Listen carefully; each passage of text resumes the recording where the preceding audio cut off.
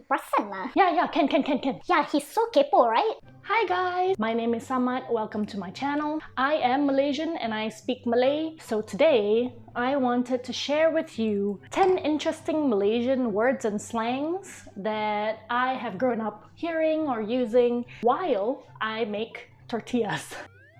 Subscribe! This is my first time making tortillas from scratch, and it is looking delicious. I'm so proud of myself, okay? Let me tell you about the first word, a word that my mom and dad use, and they're from a different generation. They're like in their 70s. So they use this word, and most Malaysians probably don't use it anymore, but I just love this word so much. The word is tepleot. Here's an example of how you would use it. Oh, tadi dia tengah jalan, pas tu dia tepleot. It's just a way of saying someone just did a massive trip or just fell on their butt. I don't hear it anywhere outside of my own household, and I only ever hear my mom saying it most of the time when she's gossiping or something. In Malaysia, we have a lot of sounds to explain certain things, so I think tepleot as a sound is just comedic because you can imagine someone falling and that's like the sound effects, like tepleot.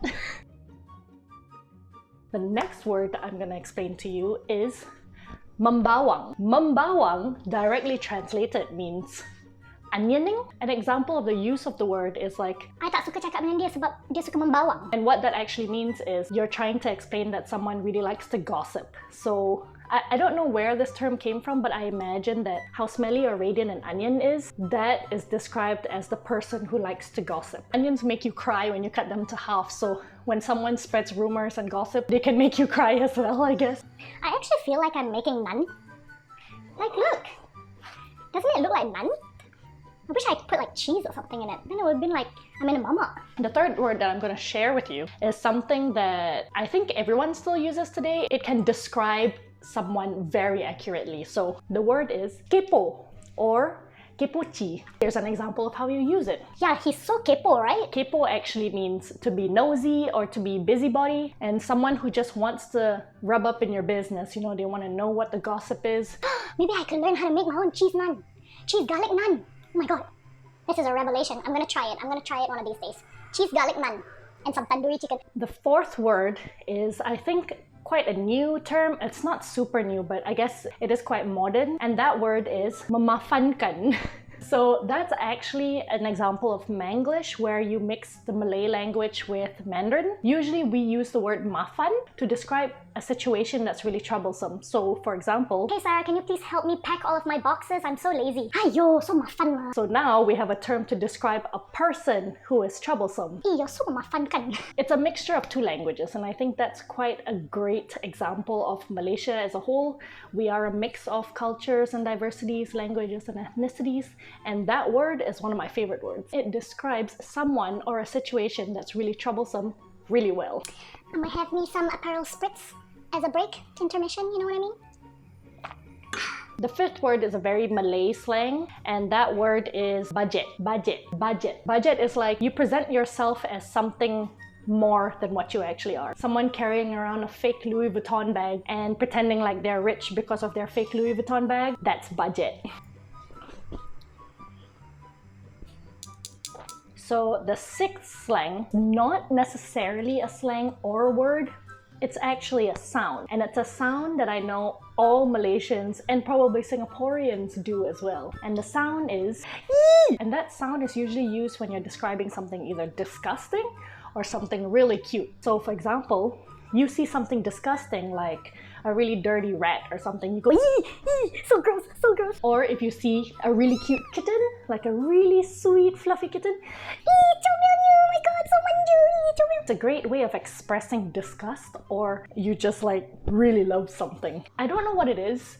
We just like to use sounds to express our emotions, and it is a very effective way for us to get our point across. Okay, I'm gonna flip this omelet. Let's see if I'm successful. So the seventh word is something that from memory I think was invented by an advertisement by Coca-Cola. This is based on my memory. I don't know if this is an actual fact. And that phrase is "cuba try." It became such a famous phrase after this Coca-Cola commercial. I'll try and find it on YouTube and then I'll slot it somewhere here. So the phrase cuba try actually means try to try. The word cuba means try. So when you go like to a street food market, for example, and you see someone with a sign that says cuba try syrup or something, it literally means, why don't you try to try this drink, or try to try this food, or try to try this meal. Cuba try Coca-Cola. Does anyone remember that commercial? I have a memory of that commercial as a kid, and it's a Coca-Cola one, and it's like cuba try Coca-Cola, and then it's like the sound of the can being open. It goes.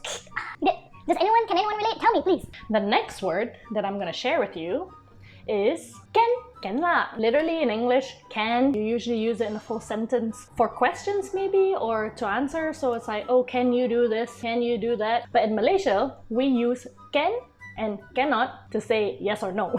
So for example, Sarah, do you want to go and get some supper or something? Sarah, can you go and dig out the drain? It's like clogged. Cannot. that is like a typical Malaysian slang. Saying can or cannot. And there are different ways of saying can as well. How you emphasize the word, what words you add, how many times you repeat it to express a certain emotion. So let me give you some examples. Yeah, can. Maybe can. Yeah, can la. Yeah, can. See? We just use expression and sound. It's a really great way of communicating. Let's try this.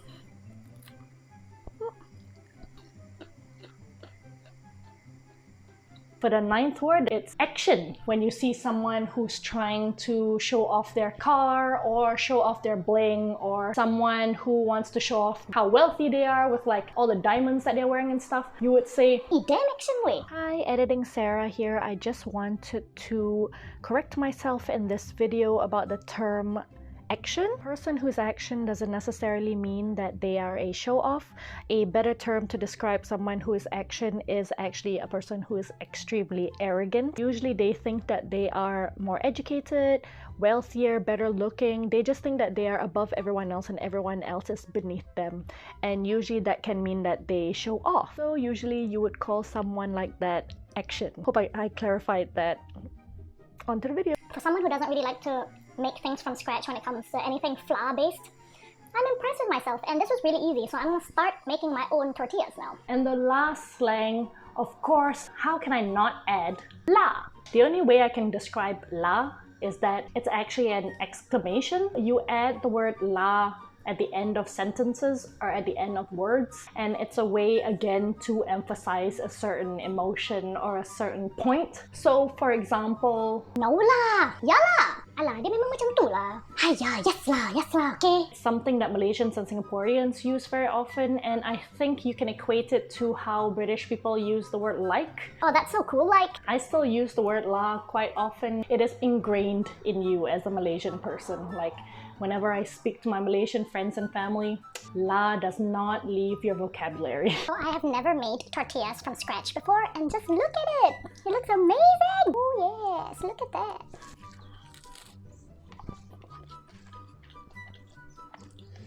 That's so good. I'm so proud of myself. What did you think of the 10 interesting Malay/Manglish words and slangs that I've shared with you today? Comment down below if there are any that I missed out that you think are more interesting than what I shared with you today. Thank you so much for watching. Please like this video and subscribe to my channel, and I'll see you in the next video. Bye!